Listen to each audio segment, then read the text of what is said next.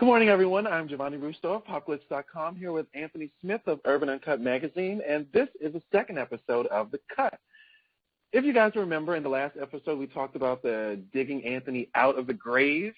I'm just glad he's still alive and kicking for another episode. We're going to try and keep you resuscitated, Anthony, for next week. Is that all right with you? It's all right with me. Hello, everyone. I'm glad to be back for episode 2 of The Cut. We got a lot of juicy gossip for you today. And as always, it's hot if it's hot and going on. If it's fake news, it will be covered here on The Cut. So getting started, Anthony had a relationship topic he wanted to go over. So I'm going to turn this over to him because I don't think I've reached my insurance deductible, and therapists are expensive. So, Anthony, what have you got? That's funny. That's a good one. So over the week, last few days, I was on vacation, and I went with my family. It was me and my sister, and we, as the kids are running around kind of going crazy, we had a sangria in our hands, and we were kind of, talking, and she asked me the question, what was your first date like? Like, how was it? Was it fun? Was it nerve-wracking? What happened? So I started sharing with her, like, my first date experiences, and then we got on some, like, really good conversation, like some good sweet tea about the first date. And I kind of wanted to kind of share that experience with everyone today that's listening, and then get some feedback. Let us know what your first date was like, and what was your good and what was your bad. So my first date, and I'm going to share this with everyone, and I think it's hilarious. I met this individual, and I was like really into, the person, and I thought they were really cool, and we decided to meet at a restaurant, and we met at the restaurant. It was like, nothing crazy. It was Fridays, if I remember, on the beach. And we got there. Everybody was on time. We had some drinks. He ordered the steak. I ordered the lobster, and it was like A+. It was going good. And then it was time to go. And when the waitress came back with the check, and I'm looking at him, he's looking at me, and he's like, he starts to pat the side of his pockets, and he's like, oh my God, I think I left my wallet. I don't know where it's at. Really? So I'm sitting there, and I'm like, in my head, are you serious right now? So then he's like, I think I left it in the car. So I go to him. I was like, oh, no. I said, you're not finna ditch me with this damn bill. I said, you're going to pay for your half because there was no understanding that I was paying for you. You know what I'm saying? Like, I don't pay for nobody on the first date, period. I don't know if I'm ever going to see you again. And, pictures sometimes don't show what is in reality. You know what I mean? You might be catfishing me and you pop up and be somebody else. So I'm not paying the bill. So he was just basically like, oh, I left my wallet in the car, and I was like, look, I said, you're going to pay this damn bill. And I was like, I tell you that, I'm going to let you know exactly how it's going to go down. So I called the waitress back over, and I grabbed, I showed her the receipt. I said, I had this and this and that, and this is what I'm going to pay for. My friend here says that he left his wallet at home or something like that. He's going to have to go in the kitchen and wash some dishes because I'm not paying for him. Oh, wow. And she was like, well, someone needs to pay the bill. I was like, oh, someone's going to pay the bill, but for me, separate receipts, please. So she went back and got the manager, and then he was like, I just got to go to my car. And the manager's like, no, we're going to call the police because, wow. Some other people did this earlier today. We're not going to have it. I was like, look, I just need to pay for me, and I'm out. So they let me pay for my half of the meal. Asshole move, right? And I leave, and, like maybe a few weeks later, because I stayed not too far from that restaurant. I actually lived on the beach at that time. And I went back to the same spot again with some friends, and the same waitress actually waited on us. And she was like, I remember that night that you came with the one guy, and he had the issue with the wallet. She was like, do you know that he actually had his wallet? I was like,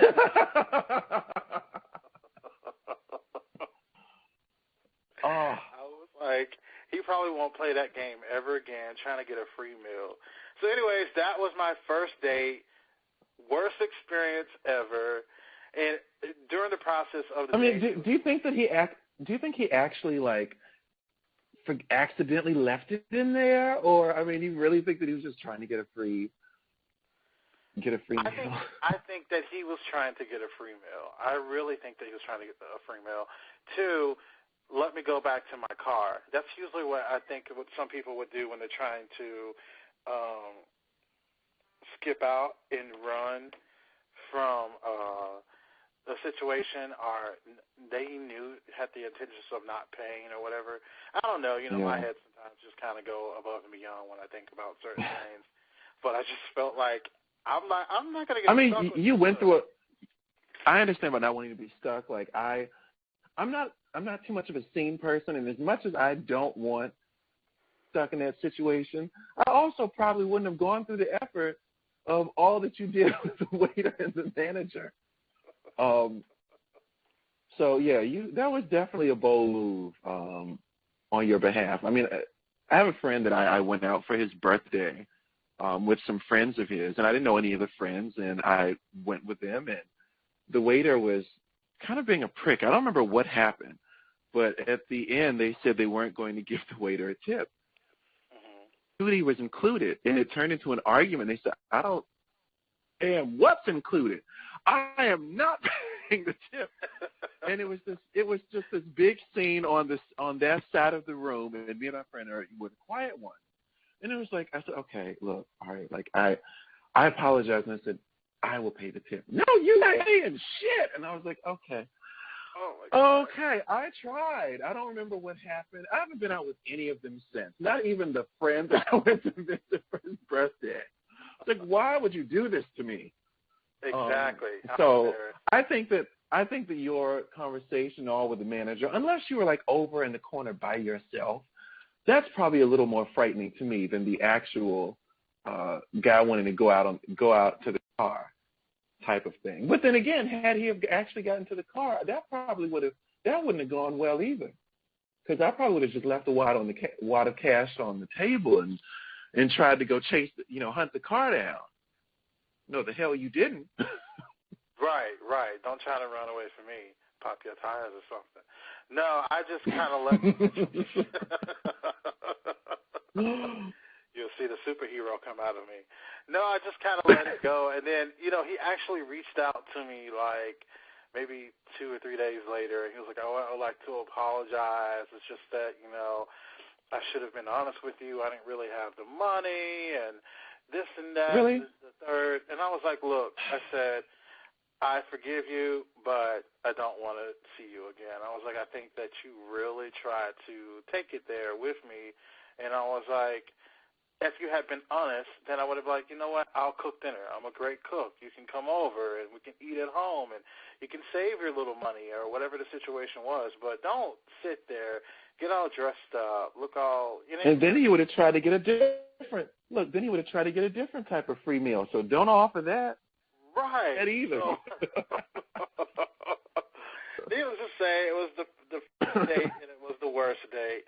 And I kind of set a, rule for myself. I was like, next time I'm going to make sure that it is established on the first time that we go out on our first date, we will pay for each other. And that gives you enough room to know you ain't going to have me paying for your bill on the first date. Like, sorry, people, if you don't agree, but that's just me, and I'm sure I'm not the only one that feels that way. That was crazy. So anyways, again, I want you all to definitely go on our social media. Go on the Cuts Facebook page and on Twitter and let us know what your first date experience was like. We would love to know, and we'll probably talk about it on the next episode of The Cut. So what's going on with Janet Jackson? and her husband was Sam. Like, what's up with them? What's up with her and all these marriages? She's been married like 3 times. Like, why can't she stay married? What do you think is going on? Janet split from her husband, billionaire Wissam Amana, for what sources claim were because he was controlling during the split. Now, I just want to point out something here. She married a businessman from Qatar. I think Qatar. I'm sorry. For those who don't know, the country's under Sharia law, where they beat Muslims for drinking, beat people for adultery, and even have forced labor. So a simple Google search would have told her she was most likely marrying a controlling man. He's from a country where women are only allowed to vote like 10 years ago. So, I mean, congratulations on getting the hell out of Dodge, I say.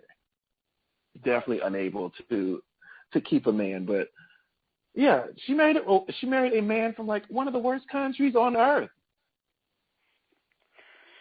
That was a big red flag. It was a red flag. Oh, I well, even probably. thought that when she got married to him all those years ago, or well, not all those years ago, just a few years ago, I was like, marry him for money. Michael's not living anymore. They need a meal ticket. I mean, it's a rich country. I mean, I think that it's one of the richest in the world, for one. So, I mean, kudos on snagging a billionaire. Nothing wrong with that. From there, you know, they're like known for some of the worst human rights violations on earth. So, having to tolerate all of that.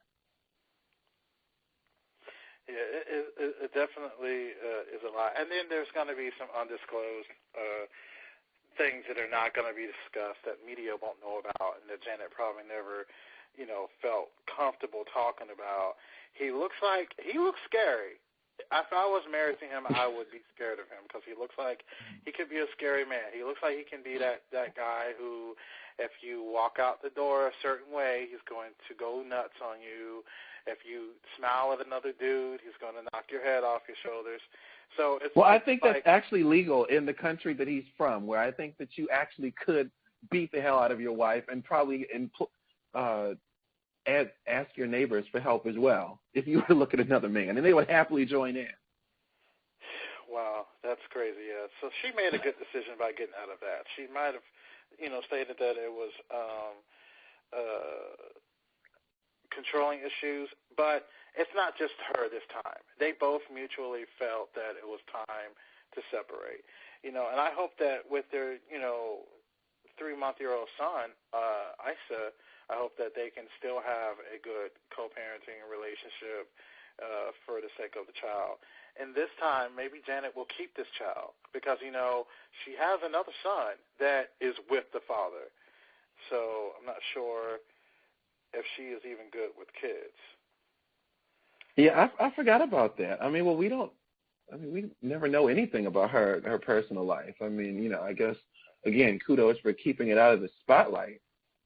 But why exactly he's left with the father, I don't know, other than, for career reasons. How old is he, by the way, the kid? I want to say he's probably, and this is me just guesstimating, maybe about 25, probably hitting 30.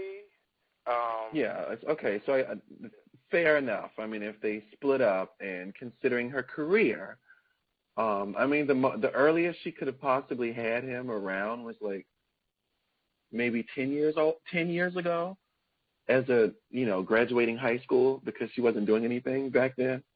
You're not doing nothing else. You can take care of this damn kid. Probably a little too late at that point to be switching custody. And something else.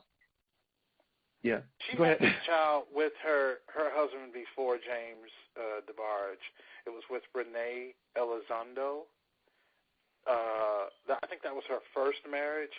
She had it's a boy. She had him with Renee Elizondo, which probably was at the prime of her career. I think she might have been like in her 20s, mid-20s, maybe early 30s when she had this child. Yeah.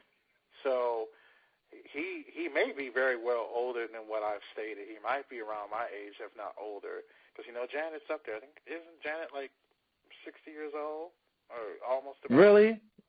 About to hit 60. She just turned 50. Like, what?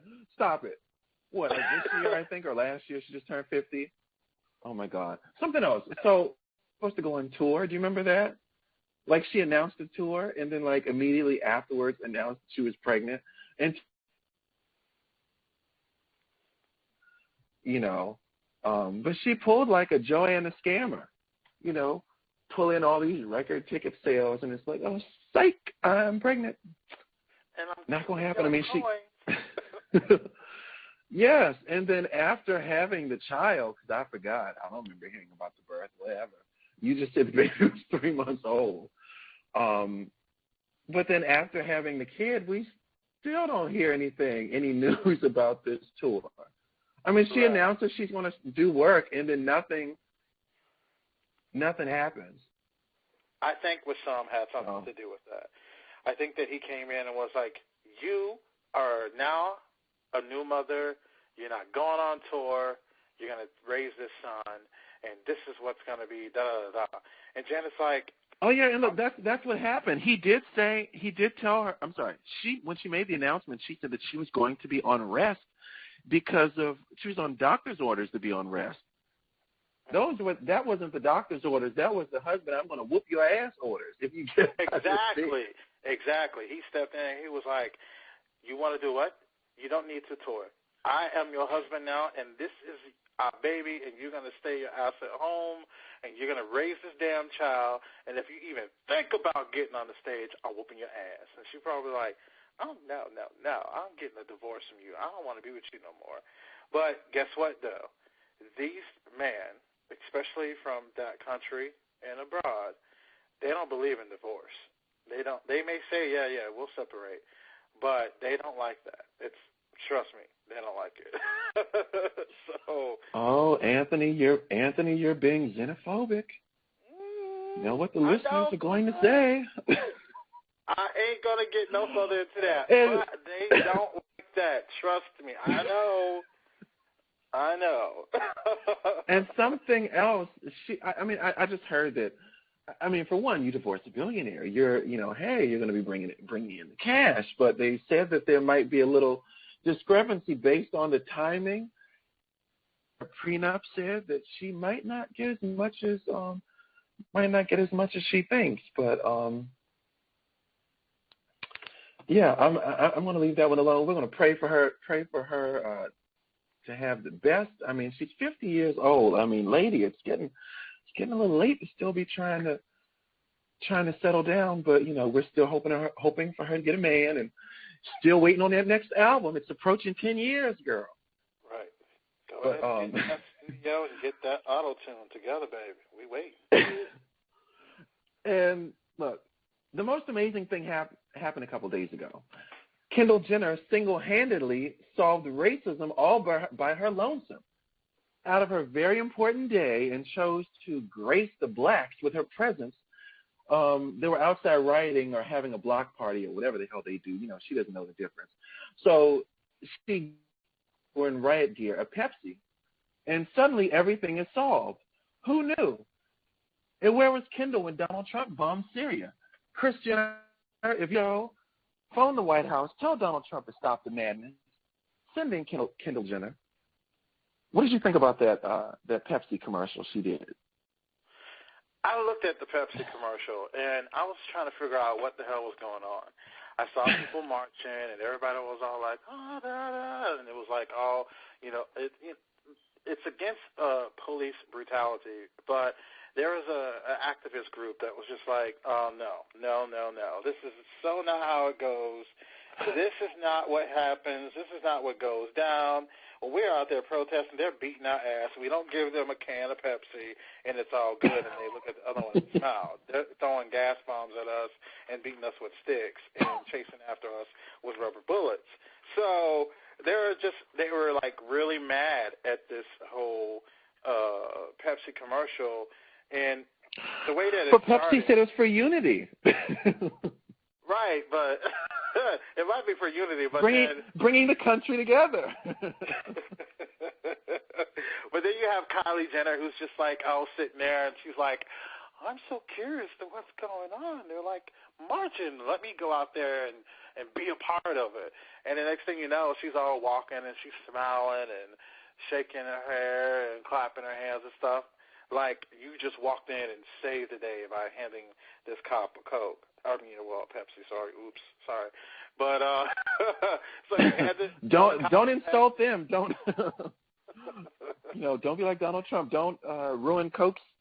Don't ruin their stock prices. They didn't do anything. They didn't deserve it. So here's the here's the funny thing about it. Someone commented that the real police brutality situation is walk up to cop, hands over Pepsi. He thinks that it's a weapon. Whack her upside the head with the stick. Beat her ass next. What is this? What is this, a bomb? Bap, bap, bap, bap, bap. I mean, I really loved it. Like, I think I tend to have a media brain, so I'm kind of predicting how this is going to go after watching it. I thought it was hilarious. I thought it was trolling at its best. Right. Black Lives Matter, and to take such a nationally divisive image. The same thing happened when Beyonce did her Formation video, which was an amazing video. Like the choreography and everything was absolutely amazing. And then to have the police line. Remember, they ordered a Beyonce protest for that weekend after the Super Bowl, to which case, I don't know if you remember, but no one showed up. I mean, the Republicans failed at that, or conservatives failed at that one. I even threw them a bone. I even tweeted the event, and I said, for all those who are complaining about Beyonce, go outside tomorrow. In Times Square, no one showed up. They even had, like, the riot lines, with the little metal barricades. But I love this. I said that it was a stupid idea. It was equally as stupid as the Kardashian they chose to, Jenner. I'm not going to ruin the Kardashian name. The Jenner that they didn't do it. It was funny. And again, it was just a very condescending thing. I mean, she's in this photo shoot, with the lights flashing, cameras flashing, and then to just step outside amongst the peasants. Right. They tried it. It was nice. I got a good laugh out of it just because I knew everyone was going to be pissed in watching it. Go ahead. With everything, and just to kind of add to that, with everything that has been going on, Miss Jenner herself has not said anything about everything that is being said about the Pepsi Pepsi That's been a whole week, just about. Yeah. She said nothing. Like, I don't care. I got my coins. Forget about you. I mean, I guess she figured Pepsi apologized for her. I mean, that it had all the potential in the world. I mean, it's a Pepsi commercial. Like, those commercials are iconic. But they couldn't have found a better fool to do it. I guess anyone with any sense would have said no. When she stepped back out in L.A. maybe a couple of days later, she had her face covered. I guess she was embarrassed. But Pepsi apologized on her behalf. They said they didn't mean to do that to her. They said that they didn't mean to put her in that predicament. And I guess she figured that's all the statement that she needs. Right. Poor thing. And she's the only Jenner who actually has a job doing something or who has any remote amount of talent.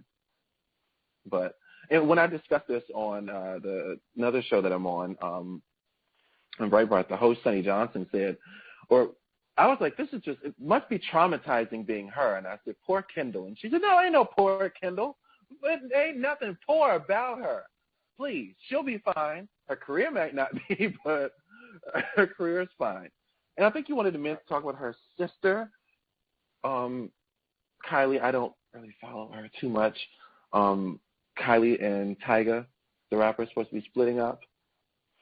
Yeah. What's going on there? Oh, well, sources say that Miss Kylie was out in public, kind of like chilling. It's girls' nights out. I just broke up with Tyga for like the 125th time, and woohoo for me. So she was out just kind of partying, doing her thing, but her and Tiger broke up. She kicked him out of her house, and they're, he's on about his way. So she was, like they said, out kind of showing her fun girl side is what they call it, and just kind of, enjoying herself. Well, you might want to define fun girl side, because for Kardashians, that can mean anything. That could mean, a new sex tape coming out. That's fun is a whole nother level with the Kardashian and Jenners. Well, let's just say sultry pics were kind of floating around the internet. So she was all extra sexy, Maybe and again, sultry means something different for them. She could have had her floppers out. She was being a wild girl. I don't know what better way to explain it. She was being a wild girl and having a wild time. And so she put Tyga out of her house? Kicked him out. He removed. Go ahead. He moved into where? Because he's no. It's like the guy can he doesn't pay his mortgage or his rent anywhere. So he messed that up. He messed up. Having a free place to stay in her house. Again, he had. I think that he wasn't paying his rent on the house that he was currently living in, and then the last landlord of the last mansion he had was suing him at the same time. So, he picked the girl up when she was underage. So you know what they say about you're first and being clingy. So you would think that he'd have that in the bag. Secured his bag as well, and secured his place to stay. But I'm just surprised that he messed that up again, knowing his rental history. Supposedly he moved into his own mansion in Hollywood Hills after she kicked him out. Recently? Again, this is the third house of his in at least a 2-3 year period. What the hell? I don't know. And how he even got the house after the issue with paying the rent and everything. So it could be a situation of I don't know if you I was a big Anna Nicole fan, and she wasn't doing too well, I think, after the divorce, or correction, not divorce, after the man died. Her husband died. It's different. But when she did her show, the network, I think, paid for the house that she was in. And so I guess for television, I don't know how the ratings were for their show, but it could be a situation of, hey, we want this guy on television. He has to have a storyline. He has to have a place to live while having said storyline. So maybe they help co-sign a spot or whatever for him. I guess for the storyline reason, she puts him out of the house. He's like, hey, Kylie just put me out of the house. For the storyline, I have to go where? So MTV, what you got? And is it MTV? I forget. I think they're on MTV. MTV, yeah. Yeah, I'm messing the damn story up. I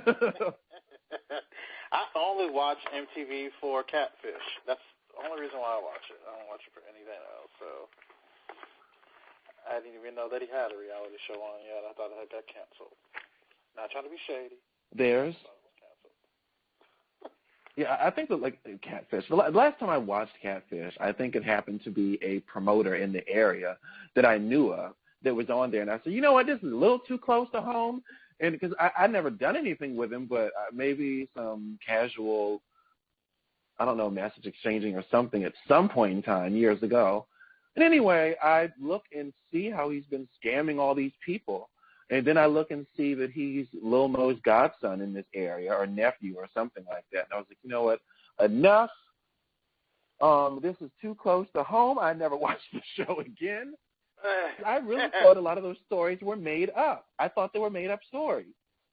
No, wait a minute. Was it the guy who was pretending to be a record producer, and he had all these people getting him limos and stuff like that? Is that who you're talking about? Yes. Yeah. That is so funny. Now, I don't want to put all the business out there. Do you know that person, that gentleman, actually came down and he recorded, did some recording work with, excuse me, our studio with Urban Uncut Magazine. We actually have a recording studio part where we do Oh my God. voiceovers and stuff. So he actually was here in Atlanta, and he stayed with one of the producers in our studio for a few months, and they started getting suspicious of him because every time it was time to go to the studio, he couldn't really get anything done. Like, his talent was just not there. So they found out that he was just making up everything. So to see him on that episode of Catfish was like, wow. It was out in the open. The world knew then that he was just a big fake, and it was a crazy experience. And you knew him? And you know, like, not personally. I was like, you know, I mean, I tend to talk to, like, a lot of people. So, like, at some point in time, like, years ago, there might have been some exchanging of messages or what, you know, for whatever reason, something casual, nothing serious. And I'm just saying, him being in the area and, you know, seeing these, you know, similar connections, you know, mutual friends, et cetera, I was like, this is too close to home. And then to have this conversation with you, and apparently there was, you know, you all actually did something together, working-wise. That's amazing. I so didn't see that coming. But look, one of my biggest pet peeves is, like, I have an eye candy section of my site of covering models, and my issue is I'll do some talent scouting and I want to cover someone, write about them, et cetera, and no one does bios anymore, just in general. And with them, it's difficult because I have to dig and dig and dig and dig and dig to find something about them to write about, singers, others. It's the same thing. Like, you want to reach out to someone, you want to work with them, and it's like, well, what have they done? Let me read their bio. No one has a bio. So it's harder to vet people these days because it seems like all that they have is what they post on social media. Right. And again, before getting someone like him, you gotta know who you're dealing with. You gotta know who you're working with. And just one other thing, there was one model that I wanted to cover, and I was spending all this time doing research on this person. She was supposed to have been on The Real Housewives of Dallas, and I kept finding these press releases, all these press releases, and all these magazine press placements of her being in The Real Housewives of Dallas, and Andy Cohen apparently said no, that it wasn't true at some point in time. And I was like, it's odd because I just don't see much about this person. Long story short, it turns out that there was some talent agent or something who was selling images of her to magazines and all, and pitching her and saying he was her talent agent and all. And she happens to be a porn star in Russia. And when they found out that he was using someone's pictures in another country and promising that she's going to be basically booking her for things after making up this whole storyline of her being on a show when it wasn't true, he was found out, took his money, changed his name, and went and started off, I guess, again with someone else. You got to be careful on the internet, So I always think about that when I reach out to these people, that someone could be doing that.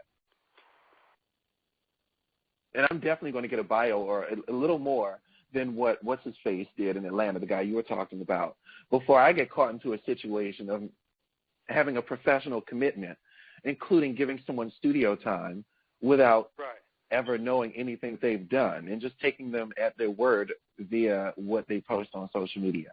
Well, here's the thing. He had connections with other major people. He had worked his way up to a point. That's connections. Major people He trolled his way up. Exactly. He surely did. And, and then after he was found out, he was sent on his merry way. He did it to someone else, to where it ended up on MTV. And like I said, this is why I dig and I vet people pretty good before getting into any type of professional relationship because, yes, they might know people.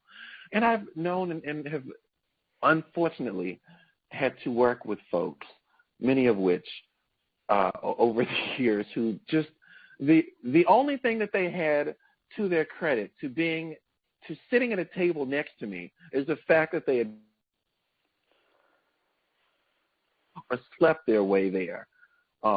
And like Kenya Moore, it's really difficult when you have to work next to stupid, when you have to sit next to stupid and come to work every day and then realize that I've done this in life to be here. And then you have Portia sitting here, you know, a.k.a. shit for brains. But enough about that. We ain't even going to talk about that. Yes. And look, you know, you just gave me like a whole list of breakups here. Anyway, yes. In further relationship news, I do too. I'll talk about her later. Mel B of the Spice Girls just broke up with her husband, Stephen Belafonte. But, like, listen, all you gave me is just negative relationship news. Nobody happy, nobody getting married, any of that stuff. It's damn depressing. But anyway, the two broke up apparently because he was beating her ass. And, look, I don't know a whole lot about her husband. He seems to be a producer with some decent credits, whatever, but let's be honest. Mel B is a has-been and a D-lister at that, so it's hard enough to deal with just acknowledging that your career has been over and for at least a decade. You don't need that and having your ass whooped. Right. So what do you know about Mel B's relationship situation? It was a nightmare. She is basically 41 years old. You know, her and Stefan Belafonte have been married for 10 years. And, I mean, there was one time that she went to an awards, and she had bruises all over her. Like, it was on her arm. I didn't know that. Yeah. On her and arm. She still showed up. And she still came. Like, she came like a G. But how long ago was this? This was probably back in 2014. And this was 3 years ago, like 38. Sorry. She's been going through it for a while. She tried to leave him several times, and and she stated that in documents. I think that was that's a cry of help. That was a cry for help. You're going outside in public, bruised. I mean, did she make any effort to like cover them up? Did they like slide? Was it like long sleeves and you could like see underneath the sleeve, or did she just blatantly go outside bruised? She was actually in a dress that had no sleeves, and they were very visible on both shoulders and on her elbows. Did she try and cover them like with makeup or something? No, they were. Was he with her? He was holding her hand. Okay, that is dysfunction. To be a public personality, I would have came and said, "God damn it, we're going to do an intervention. What is this?" And you allowed her outside like that? That's worse than the damn the guy from Cutter. Right. And here's the thing: when she wanted to leave him, he threatened to destroy her career by releasing these sex tapes that they made together. And well, hell, look, at 40 years old and already being a has-been for the last 10 years, that probably would have helped her career at this point. Right. It's crazy. That could have helped. That could have rebuilt her career. It probably could have in a positive way. Now, here's another thing that happened back in July of 2012. Belafonte, her husband, accused her of flirting with R&B singer Usher.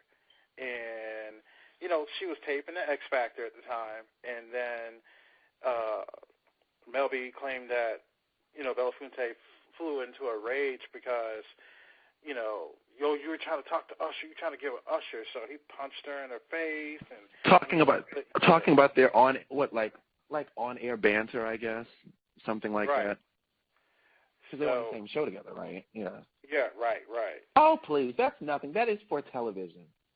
Get a life. So he got mad about that. This guy he's a firecracker. So there's also pictures that surfaced online of her with her jaw all messed up and from this guy. So, you know what I say to this? And for women who have gone through abuse, I've never saw that coming up growing up in my family. Some people have. Likewise. And I always feel like you could get out of a situation if you really want to. And if you want to # get out challenge. Right, get out, don't come back, stay far away. And let me tell you something. I'm going to say this, and these are for women who are listening to the show right now. And you're going to tell yourself, Anthony Smith said so. If a man is a man, he would not put his hands on you. But if he put his hands on you, he is a coward. And let me tell you how you can pull a coward's card and let them know that you know that they're a coward. You dial that 911. And every time they try to come close to you, you just say, I'm going to dial 9. And then you dial 1. And if they get even closer, you hit that 1. And then I want you to wear their ass out. And I'm telling you, when you wear their ass out, make sure you always have emergency tools set up for when he gets out of control and tries to hit you. A frying pan, have some grits in a boiling pot with some water. Okay, isn't that what Medea said? She said, make you some grits. Make sure they're hot. They're hot. Make sure they're hot. Hot grits. And you take that frying pan and you beat his ass, and then you throw them grits on him. And I guarantee you, he's going to be screaming for his mama because he is a coward. No man should ever put their hands on a woman. Now, let me reverse. No woman should ever put their hands on a man. I don't believe that if you are in that heated of an argument, you need to pack up and roll the hell out. It is not worth it. It's not worth life. Now, can I say that, I grew up, pretty traditionally, and so I've never known of men hitting women, and I just knew that it was wrong. And I would like to think that I'm pretty much a gentleman. Like I hold doors and all that, stuff. I could be with a girl, and we're walking down the steps, and she's in heels, and I'll hold her hand to help her down, which I've caught myself doing with others when their husband did and didn't. Probably shouldn't say that in case any of them happen to be listening. But point being, I said, darn, Vonnie. See, that wasn't me this time. Sorry, I thought I had that on. That's okay. But no, I mean, the point being, I knew growing up that, men shouldn't hit women. But, and shout out to the host of the other show that I'm on, Sonny Johnson of Breitbart, that she's always saying, yeah, a man shouldn't hit a woman, but a woman shouldn't up and hit a man and think that nothing is going to happen. You want to go jump up in someone's face and act up? Okay, you all want equality. That's what feminists want. You want to be equal until you get your ass whooped. And then you want to talk about violence against women. You can't have it both ways. Right. So, I mean, I kind of agree with her on that, although I guess, personally, if I'm in a situation, I will just hope that I can, not situation. You know how it is. You hit a woman for any reason, even if they hit your ass first, or whatever. That's just how it goes. That's the society. We're in this feminist society, so there's no defending themselves for men. Right. But I just want them to. I want our female listeners to know. All jokes aside, everybody keep your hands off each other. How about keep that? Your hands off each other. And if you are in a relationship that does not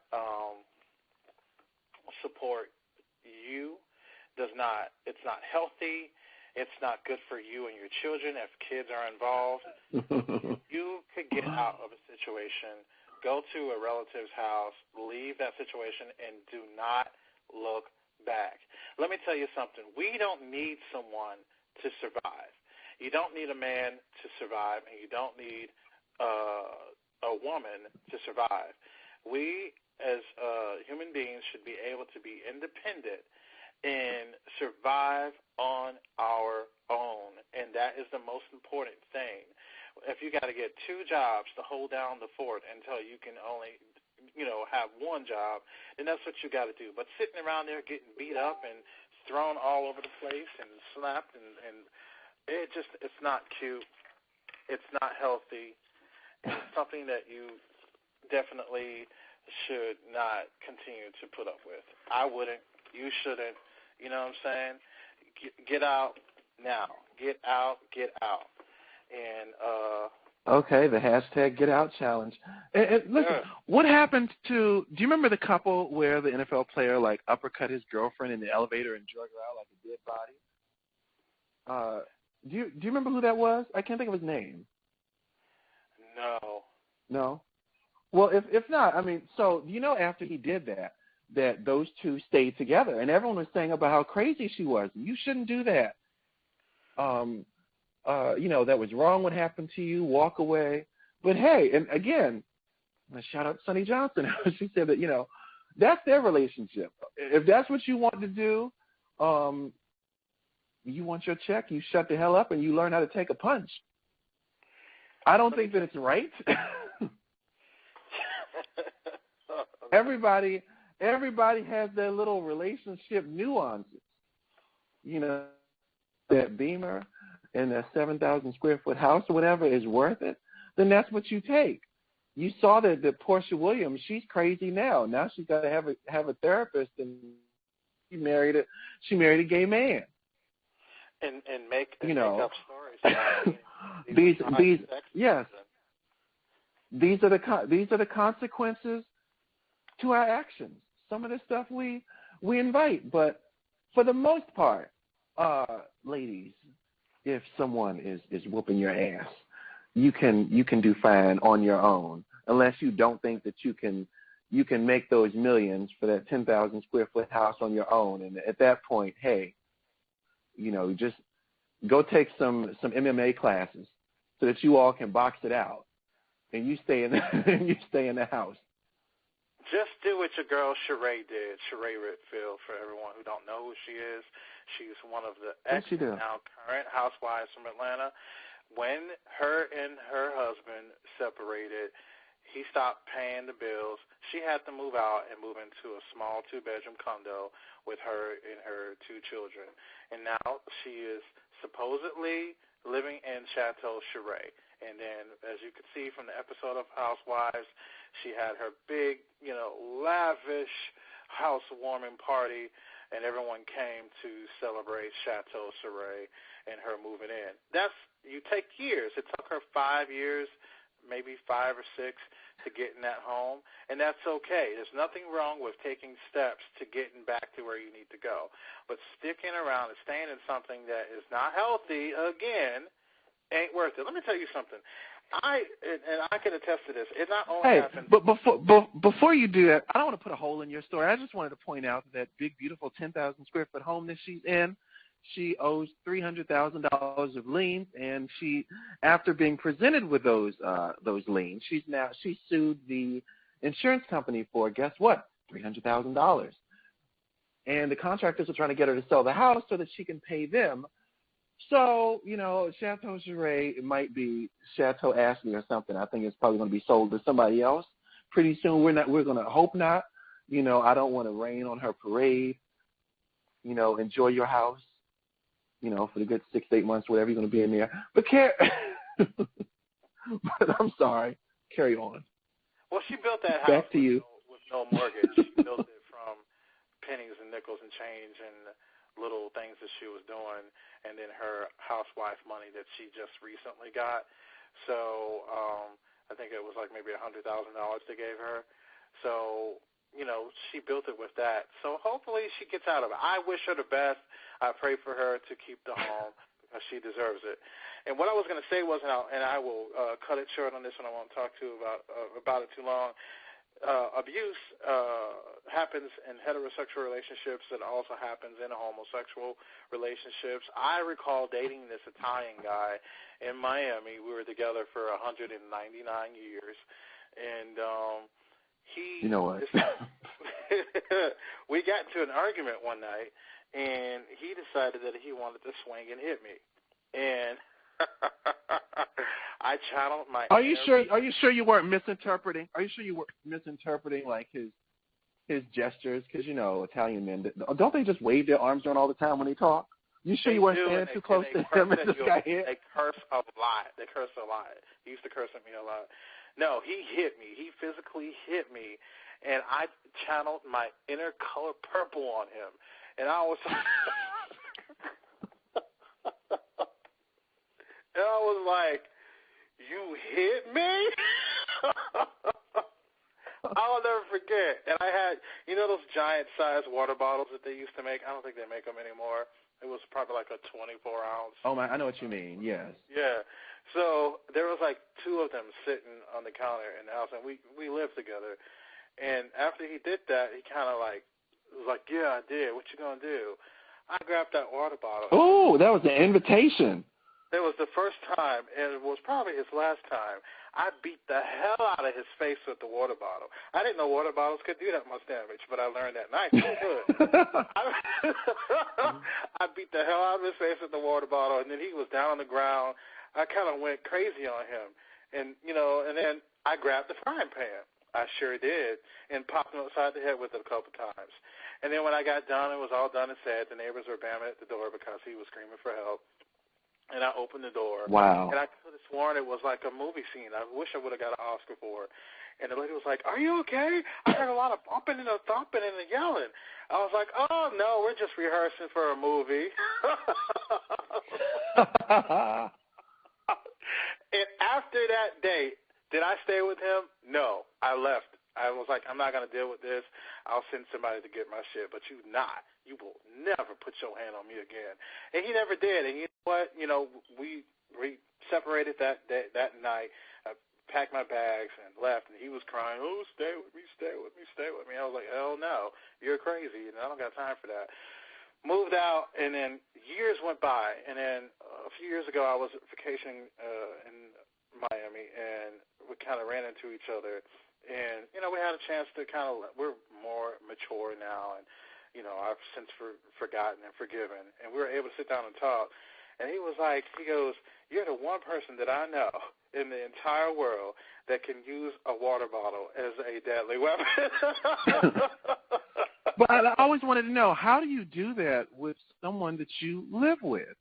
Like, you still have to go to sleep at night. Like, I would be afraid of hitting someone, fiance, boyfriend, whatever, and then going to bed at night. Like, you might wake up with, scalding water in your face or whatever. That's my thing. Exactly. And no one would try that with me because I'm sneaky. You probably would have hit me and I wouldn't have done a thing. I would have been silent, and you would have wondered, he's taking that well. And then you'll get in the shower and all of a sudden like a bucket of scalding water will fly in there. I might start pelting you with eggs or something, crazy. Let me tell you, I'm laughing. It's not funny, and I do. Nobody would do that with me because you don't know what's going to happen next. Exactly.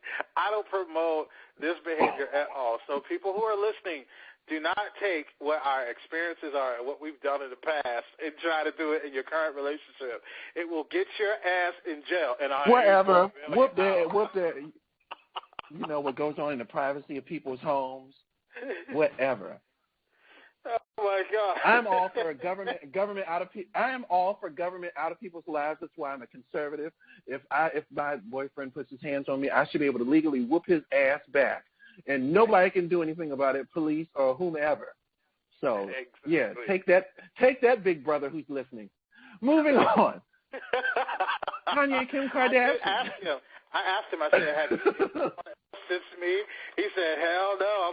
He goes, "I don't even drink from water bottles." Lesson learned. Oh, he's traumatized. He's traumatized with plastic now. Yeah. Anyways. Kanye and Kim Kardashian.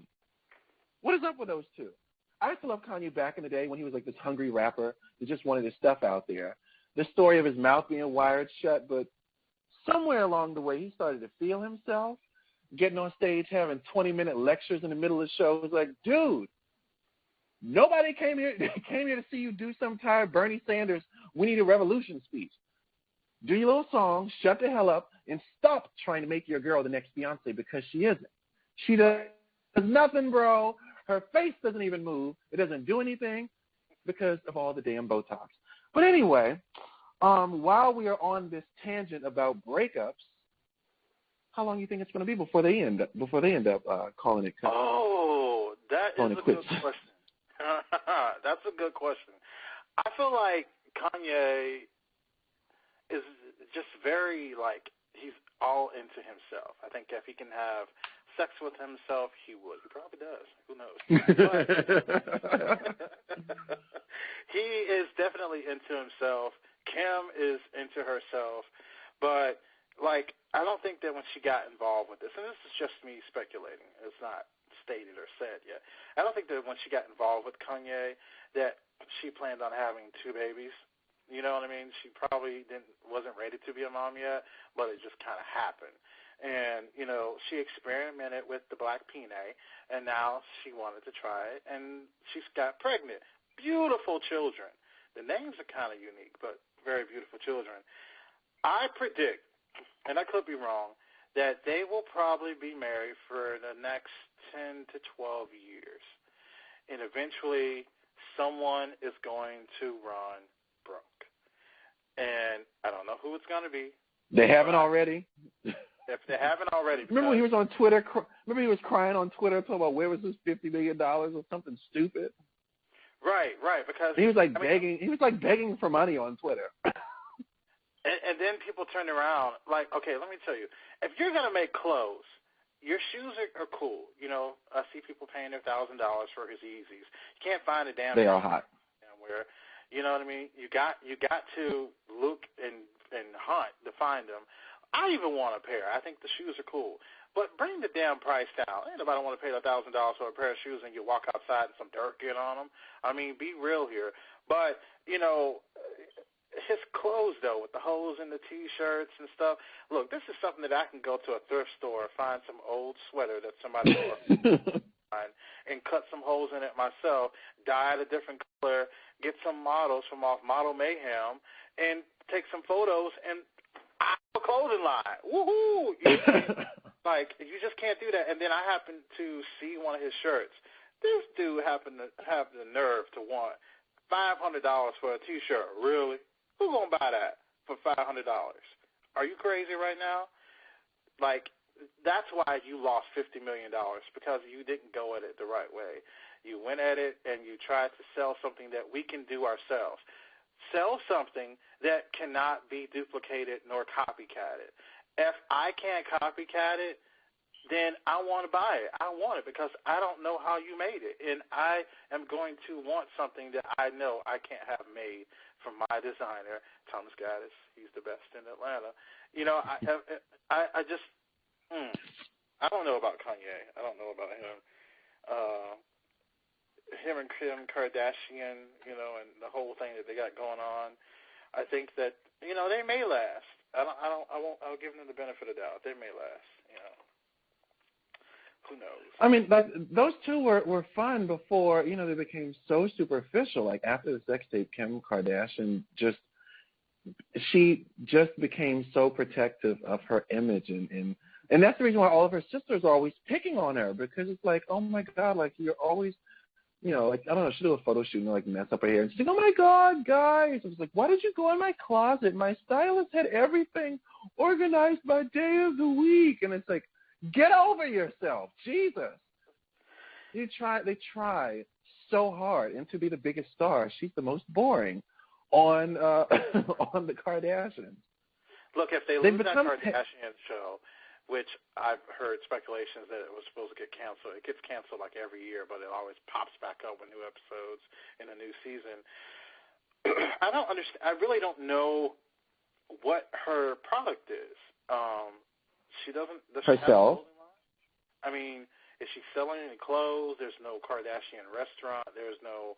Well, there's the Dash stores, but don't those stores sell like other stuff? Like, don't they sell other people's stuff? It's not theirs, right? It sells other people's designs, yeah, but not her design. So I mean, now keep in mind, in comparison, Paris Hilton has her own stores, but they sell her own stuff. Do they not? Right, they do. I think so. I'm getting this right. Yeah. Yeah. So she's her own brand, like through and through. She's selling her own stuff. Kim needs to catch up. She's a bigger star. Paris Hilton actually works. She's a DJ right now in the UK, and she's supposedly really damn good. So she's working. Kim is just taking pictures and pumping the lips out and looking good and being Kim Kardashian West and mommy to two beautiful children. So, I mean, I don't know. I don't know how I feel about these celebrities, these D-listers, and the DJing. I don't know how I feel about that because it just, it's not much. Like, I feel like I would rather you start a business or something than, DJing just seems so low to be doing.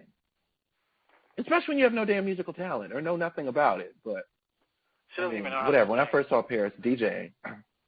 She tried. She did a single before. Well, Kim did a single. She actually did one, which I don't think anyone knows anything about. But at least Paris had a video with Lil Wayne.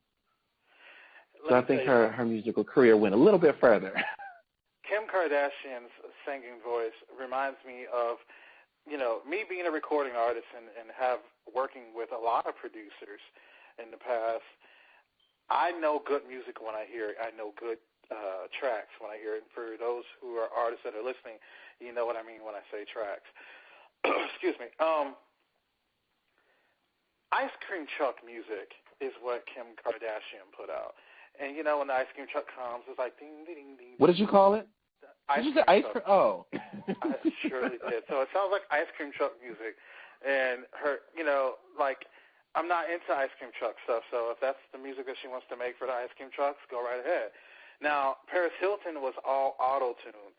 So if you asked her to sing that song, live, she wouldn't be able to do it because, technology's upgraded now, so they can actually make auto-tune live. I've witnessed it at artists. If Sierra can sing the national anthem, God damn it, Paris Hilton could do a live song. Or take it further. Kim Zolciak sang live. Anything is possible. In auto-tune. Yeah, it's got to add the disclaimer in there. Yeah, it picks up for you, You can be sounding C-flat, but auto-tune makes you sound like you singing on point, like you got it going on. So, yeah, auto-tune. Most of these artists these days that are out, auto-tune. So, but it's all, I'm not going to knock on them, Do what you do. You're making money and, whatever you do until it runs out. I will tell you Get those checks. Get those checks and cash them, cash them all the way to the bank. When I was younger, I used to love to watch the show with Paris Hilton and Nicole Richie. I thought it was hilarious. The Simple Life? The Simple Life. It was so funny. I thought it was hilarious. Wasn't that back when Kim Kardashian was her assistant, remember? And she would organize her closet for her? Yeah. That was remember that? I gave my age away. But that was years ago. But it was the cutest thing. They were going in, being. That's okay. Crazy. You were only like 10 back then, so. Thank you. So yeah, if I could have it my way, I would have something's going on with my voice this morning. I would have Paris Hilton and Nicole Richie come back to reality TV, do The Simple Life all over again. I would definitely do that, and I think that it would be a good look for them. And I don't know what I would do with Kim Kardashian because I've never watched a day of that Kim Kardashian reality show. Never. Really? They're actually. They're actually really funny. Like, they're annoying as hell, with the media, but they're actually really funny. it's just like how much of this story of you all, just how much of it can we possibly have is the thing. I mean, they're insane. A lot of it is staged. I mean, her mother, Kris Jenner, toilet papered. She TP'd her house. Can you imagine toilet papering your 30-year-old daughter's house? Like her mother climbed the fence with someone else, I forgot, and sprayed, like, what is it, whipped cream all over the place and threw rows and rows of toilet paper. Like, obviously Kim has great security, so that would likely never happen. And, like, right. Kim woke up out of her sleep, and she heard something, and she, like, looked at her camera, and it's like, hang on, what is this? And then she goes to her door, and she goes, oh, my God, I can't do that. Like, the Botox, she can't speak. She has no inflection in her voice, and how a show is evolving around her when she has no personality is insane. She was fun in the beginning. Again until she became a robot parody of herself. Right. And they like teasing her because she tries so hard, and they just want fucking with it. But that's pretty funny. Like, imagine your mother toilet papering your house. That would be super mad. You know, my mom stayed at my house. But I mean, that's the show. That's the show. My mom stayed at my house one time when I was living in Florida, and I had left to go do something, and I came back, and I used to have parties, like little, performance parties at my home, and I would hire a band, and every time I would have the parties, certain guests would bring bottles, and I don't drink that much, so I would have, like, tons of wine and all types of liquor left over. So in my kitchen above the cabinets, in some houses you can put, plants on top of your cabinets and lights up there. Well, my kitchen was built like that, where I can set things on top of the cabinets, like plants or, pictures or whatever the situation was. And I decided I wanted to put these wine bottles up here and some of the liquor bottles. I didn't like to drink what was inside of it because I thought it was nasty. However, I liked the look of the bottle, like if it had gold on it or it was wrapped a certain way. So they were sitting up there, and my mom decides that this, the wine and the liquor was the devil's drink, and it needed to be done away with in my home. So as I was gone, this woman was throwing away probably over about $2,000 worth of liquor and wine. Oh, my God. So I come home, and I look in the kitchen, and I'm like, where's my bottles? And she's like, I threw them out. I was like, you did what? I was like, excuse me? You really have to have a holy roly mother to pull a stunt like that in somebody else's house. She pulled it. I don't know. I told her, I said, woman, you done woke up and lost your mind today. I was like, I need you to go for a walk and come back tomorrow. I was so mad. Wow. Mad. But I mean, like, my grandmother didn't like anyone drinking. She was totally against it. But she sure as hell wasn't going to wake up and throw out her children's liquor. Like, God. Threw it all out. It's like, hey, you can make your own decisions. Okay, I'm telling you not to do it, but you trust your kids; they're going to make the right decision. You don't go in their house and go pour out liquor. I don't know if I'm more surprised that she threw out $2,000 of liquor, or that you actually had $2,000 of liquor. Why I wasn't your friend at that time. It was a big kitchen, and I had a lot. I used to always have, not like wild parties. Being an artist at that time. Not like the Kendall parties, right? No wild girl parties. But it was, or no wild boy parties for that matter. But, I used to always want to invite people over, and like if I had a new song coming out, I would do a little intimate listening party at my home, and I would hire the band and decorate the house and invite everyone over. And they were like, oh, what do you want me to bring? I'm like, bring whatever. And the first escape of bringing something, everyone always, their go-to is bring liquor. So they would bring all these different types of liquors and wines and expensive wine. Some was cheap. And, but they would bring it. So over the period of time, it was adding up, and I just kept adding it to the collection, and it looked really nice. It was the style of how I had my home decorated and all that great stuff. And I was see, that sounds like lush behavior. When you have 50 bottles of wine lined up and you say it looks nice. You sure you're not confessing a problem right now? No, okay. No addictions. No. Maybe it's the shoes and cologne, but definitely not alcohol. But that was my mom experience, and I mean I love her to death. Don't get me wrong. So if you're listening to this, Mom, I love you.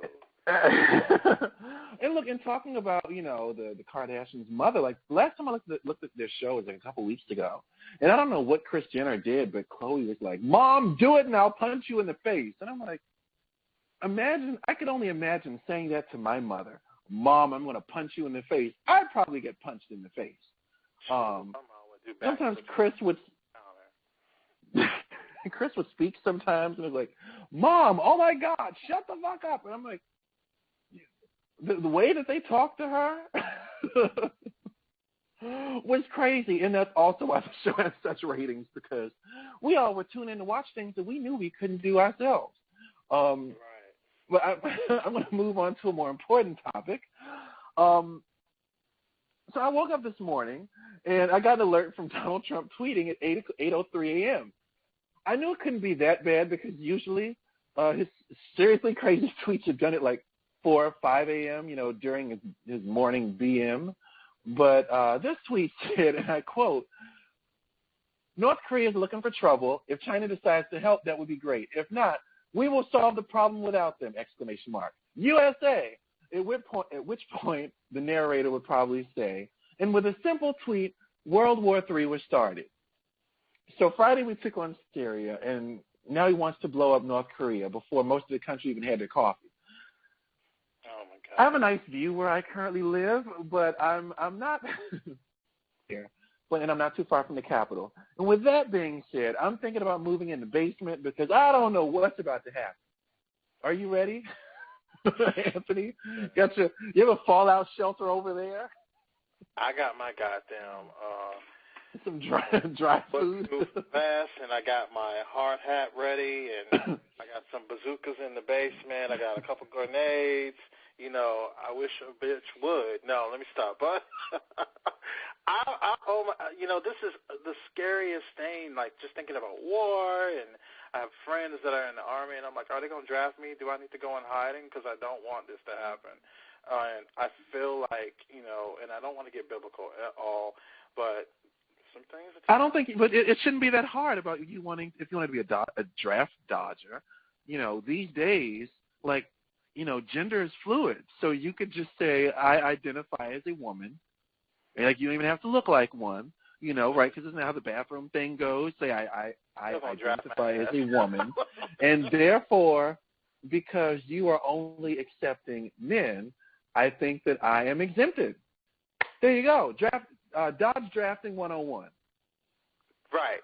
I got it, and I received that. I receive it all. I will take note of that. But I've already managed my escape plan. If I receive that letter in the mail, I'm just going to tell them that I'm crazy, that I see dead people. Oh. They don't want me on the grounds. Not if you see dead people. Ain't going to happen. And to take it a step further, I didn't really look into it, so I don't really know. But supposedly, and I don't know if it's true, like I heard the gays were like excluded from the current census now. Like that was something the administration did, and I don't know. I never really looked into it because I guess I don't really care. I don't know why, and again, I like repeating stuff I don't know much about. But I've seen tweets about like gays partying in Atlanta because they're like, well, the country doesn't count us anyway. Yay! Go to work if you want to. Oh my God. I'm sorry. I just found that funny. And I love the fact that Donald Trump won't even interrupt dinner to our war. I mean, we're not technically at war, but, semantics, whatever. He had a dinner party, and it's like, oh, Syria's acting up. They're releasing chemical weapons over there. Excuse me while I go into the kitchen. drop a couple bombs over there. Well, where were we? Let's finish the dinner party. I love that. Yes. That's... he's a good host will never ruin dinner, even for war, for acts of war. It's like, why didn't you consult Congress? I was having dinner. That's why. I had a leader of another country to entertain. And they've always said, how are you going to do this trade war or whatever with China? How are you going to, how is he going to be a bully to them, who owns all of our debt? Blow up another country in the middle of dinner with him and sit down and say, where were we? Right. Yeah. You wanted to pop off, huh? You saw what I just did? You no longer exist. Next. Let's not throw power around like that. I love how unpredictable he likes being, even in his old age. I mean, usually you get to be 70 years old and you settle down and you start getting quiet. No, he enjoys shaking stuff up and he understands the media. I do as well. That's the reason why he always gets up at the ass crack of dawn to, tweet out all types of abominable shit every day so we'll have something to talk about. And I'm just like, for the rest of the day. This is crazy. This guy. I was like, you just threatened a country who has nuclear weapons, in the middle of fucking breakfast. Ridiculous. God. And he have coffee. I saw that and I was like, I wanted to skip coffee this morning. I said, no, not today. I think I'll wait until a day where the president decides not to tweet about nuclear weapons. Thank you. This is craziness. Absolute craziness. But, hey, this is how it is. I mean, I will disclose that I'm a supporter. I was in an Uber yesterday. I was in a shared one, actually, and the driver said something about what did he say? He called the president an idiot? And I think at some point he had changed the subject. There was a couple of us in the back seat because, I'll risk getting that one rating. I know you're not calling people an idiot. That's why you're driving this car, sir. He's the president, number one. Number two, yes, a nice little spirited debate, 1 against 2 sort of thing was going on. And at one point he was like, anyone seen any good movies? And I said, yes, nice save. Oh, wow. I'm always good for a good debate, but he tried that one.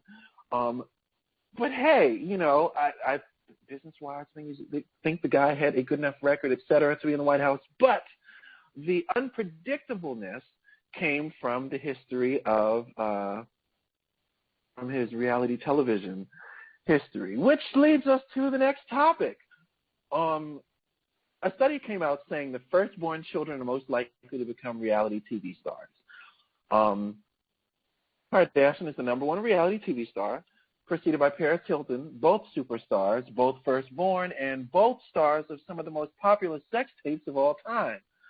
I don't know if a study's been done on whether being a firstborn has some sort of correlation to busting it open on camera or not, but maybe that study will be next. Anyway, isn't it interesting how a sex tape can turn the average person into a reality TV star, but if you come out with one while on network television, you tend to get fired and immediately a has-been? Crazy how that works, right? It is crazy. You're a reality TV fan? I know you said you never watched the Kardashians, so I kind of think not. Well, I do watch reality TV shows. I am a huge fan of the Braxton Family Values for the fact that I've interviewed some of the Braxton sisters before in the past with Uncut. Conflict of interest. Yeah, so I have a love for them in my heart, and Toni Braxton doesn't know it yet, but me and her are going to get married very soon. I love her to death, and I usually go for the throne. Hey, you're going to have to fight off Birdman first. Aren't they? I mean, are they still together? Weren't they dating? I don't know, but I'll just give him some bird feed and he'll flock away. So. Okay. You saw the interview that he did when he did the Breakfast Club and came in there with his goons, threatening everybody. Oh, wow. I love you, man. I love you. Don't sing your goons now. I ain't scared. You sure that he walked in there with like 5-person security and sat down and folded his arms with shades on and dared somebody to jump? Yes, that's what you'll be going through for Miss Toni Braxton, but carry on. Wow, she's still going to be mine. I love me some Braxton. Anyways, I mean, I watch the Braxton Family Values. I like to look at Catfish when it's on. I love, and that's not even it is a reality show. I love Housewives of Atlanta, and I love the Housewives of Beverly Hills. Kyle was my favorite. Kyle, the one whose husband is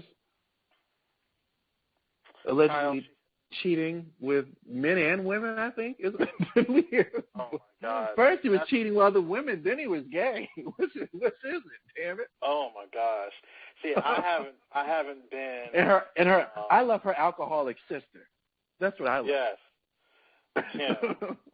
Isn't she off the show? I think they got rid of her or something. She was just, her storyline. I mean, they were considering it. It was dry. They were considering it, but, she's an alcoholic. Like, they may not have, like, a stable story, but they're a loose cannon. And in my opinion, great for reality TV. And how are they going to shame her for being an alcoholic? Like, aren't they all drunks? Right?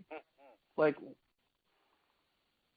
yeah, like the whole show's most of reality television. I mean, someone told me that he had auditioned for one show, and they asked him about, clubbing, etc., and he said he didn't drink, and so he wasn't invited on the show.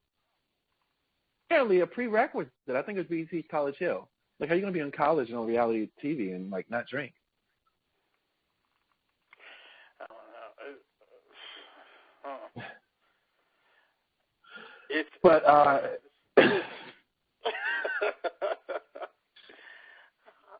kind of can't say anything. But yeah, you're a fan of Kyle with the gay husband. Look, I just can't say anything. I love her, and there's a reason why.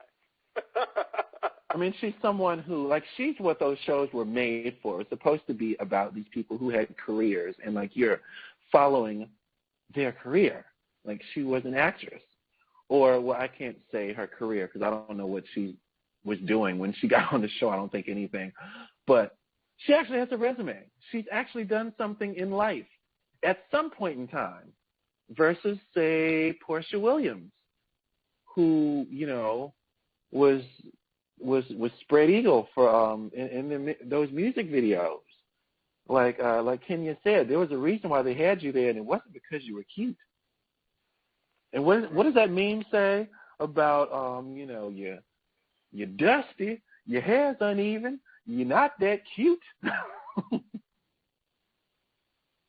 That's Portia. Who's your favorite on the Atlanta Housewives? Candy Burris, Kenya. Okay. And I've been told I was crazy for liking Kenya. Like, one of my writers said that he said something is wrong with you if that's who you like, if that's who your first who your first pick is that you like on that show. I mean, it's gonna be nasty. I saw the previews of the reunion. It's not gonna be cute. I can't wait for it. Yeah, accusations of lesbianism, sex dungeons, the house wars of who's finishing their house. I mean, this season is who's going to finish their house. I mean, secondly, it's probably going to be who's going to stay in there the longest. Right. It's going to be foreclosure wars next. I mean, and you're in Atlanta. I mean, you told me what this story is. Why do I always hear? You said that Sheree allegedly lives in the house, or supposedly lives in Chateau Sheree, but I'm always hearing that Kenya does not live in Atlanta. Why do I keep hearing this? Where the hell does she live? I mean, she sold her house in Kenya. She sold her house in L.A. So I'm just curious if she's not in Atlanta, what the hell she's doing. Everyone says that nobody ever sees her anywhere. Like you'd at least be spotted out at one point or another. I never see her. You say you've never seen her? Either. Never. I've never saw her. Like if she'll pop up at she will pop up at Candy's restaurant every now and then. But I don't know if she actually lives there and when she lives there and where she's at. And it very well could be possible that she's still in L.A. out there trying to knock down doors to make some deals happen. And, she doesn't have time for a man. So she got to, cut some of that production money checks for a boyfriend down there. So she can keep the reality TV money going. You got to have a man. Oh, okay. So she does her auditions. I want to know when the audition will be for Walter number 3 for next season, since she got rid of Matt. I mean, I don't think Matt was getting any checks other than living in the house he was building. She was supposedly getting some free construction help. That shit was so damn rigged it wasn't funny. That's just my opinion. That's just my opinion on that. I do have a little bit of juicy scoop on Sharia. Now, she didn't have permission to throw that big-ass housewarming party, so she actually got fined $1,000 for not getting the proper permits for the housewarming party because, her house is actually located in an area here in Atlanta called Sandy Springs. And they're very like, you better get this and do that, and if you don't do that, we're coming for you. And she didn't do that, and they came for her. So, I mean, like it's it's just so stupid. Why you would not do that, I don't know. I don't know if she presented the idea and they said no, which I still can't see because you're doing a show, so that should be understood. But poor lady, she just can't do nothing right. I mean, she threw the party. She didn't have any damn appliances in the house. The fashion show with no fashions. And did you see the last episode? No. Where she did the big party?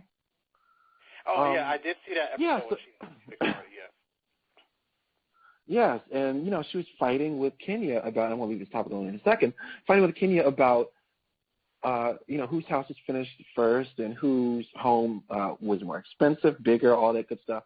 Isn't it interesting that you can attack someone for the decor in their home, and then you do the exact same thing?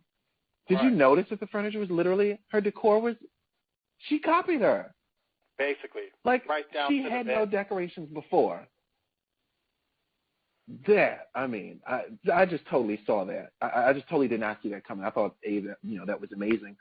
But, okay, so you copy her, and then you tell her that your house is more finished in your entire basement. Not only is it not done, she had, like, construction material and shit down there. And there's no appliances in the kitchen. So the rig was everyone in camera. The wrong appliances came. You didn't show that on camera, though, and we sent them back. No, the truth is those appliances were not paid for. That's why they never came. They were not paid for. I mean, like, are you guessing, or are you saying they weren't paid for? I'm just guessing. I mean, it took 5 years to build It took 5 years to build a damn house. It'll probably take 5 years to get a fridge and a stove in there. Just the home is beautiful, but it's like you said, she built it from nothing. It's not like she's paying a mortgage on this new place, but it still takes money to build something. Right. But just with that being said, I mean, what does she do again? Like to pay for this? Like that's what I don't know. Besides coming to the housewives. Yeah, I mean, even like 10,000 square feet is a lot of goddamn space. Like that's a lot to keep up. Just the maintenance on that is going to be insane. A $2,000 to $3,000 light bill per month, and that's not including utilities of maybe water and gas if she has gas. So hopefully she's electric. So and then on top of that, you know, you're looking at the expenses for grounds to keep up the grounds and everything. So she built this big house, and you know, I really feel sorry for her. She really has had a hard hand in getting this house done, and now that it's done, you know, what I suggest that she does is let her ex-husband Bob move in, get over the stage. Yes, that's what I said. And allow him to help her to pay those bills, because her children are grown now. She's no longer receiving any type of child support. She's trying to write this book, but there's no guarantee that that book is going to, you know, do it's going to good. sell. Right. And that's like all she has to her credit. I mean, not too long ago when Phaedra had her, she had some type of vendor sale, and everyone came in and sold what they had. Kenya had her hair care line, and Portia had her hair line or her wig line. Candy had her sex toys, etc. And she was selling T-shirts. So, like, that's generally all you're doing for income, well, aside from the house. Exercise classes, or she was doing a little something exercise-wise on Instagram.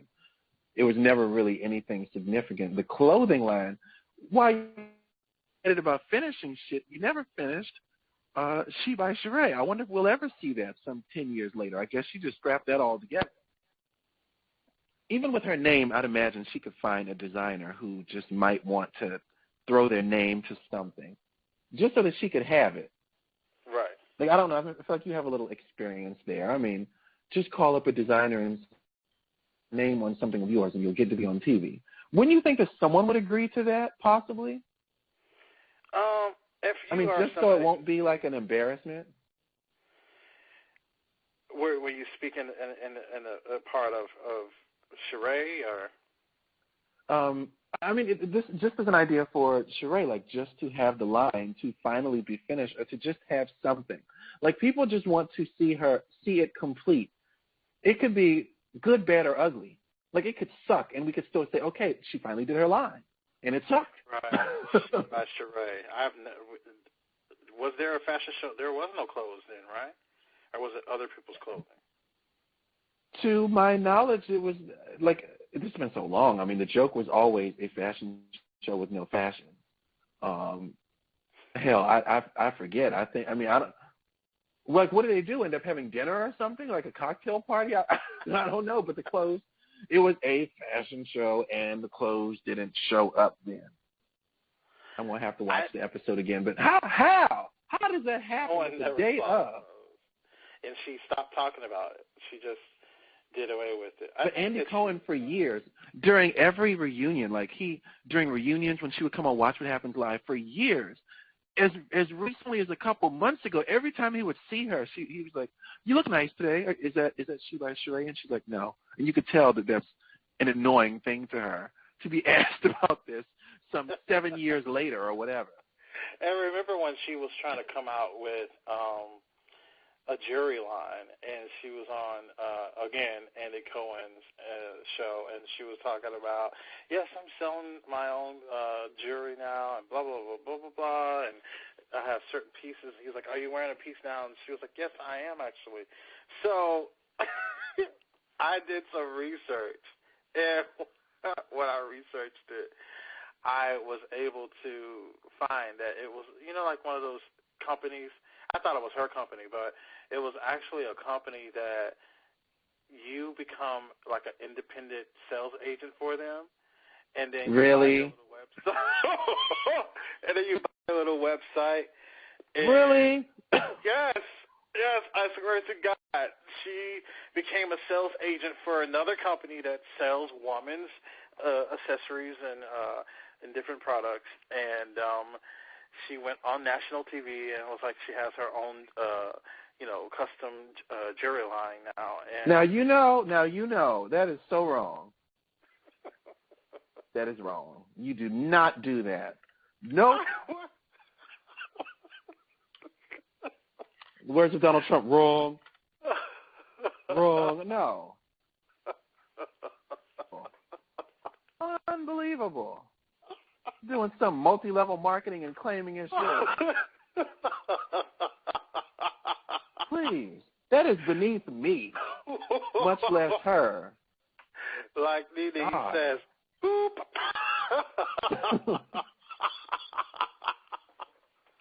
Okay, you know what? Sorry. I need someone. Yes, I need someone over here with like a Homie the Clown sock, to hit me over timing. I'm severely over the time. Thank you, Anthony, for being here. I know that he has somewhere to go. This has been another episode of The Cut. This is JaVonni Brustow of PopGlitz.com, Anthony Smith of Urban Uncut Magazine, and Anthony, tell them where they can find you on social media. You can find me on Instagram. That's Anthony Smith, ENT. That's Anthony, ANTHONY, Smith, ENT on Instagram. Also Anthony Smith, ENT on Twitter. And on Facebook, it's Tony, Tony, Tone, Tone. All right, so this was great. This was a lot of fun. And, I'm going to try to work on timing for next time. Time management is not necessarily my thing, if you haven't noticed that yet. Anyway, check us out next week. This has been The Cut.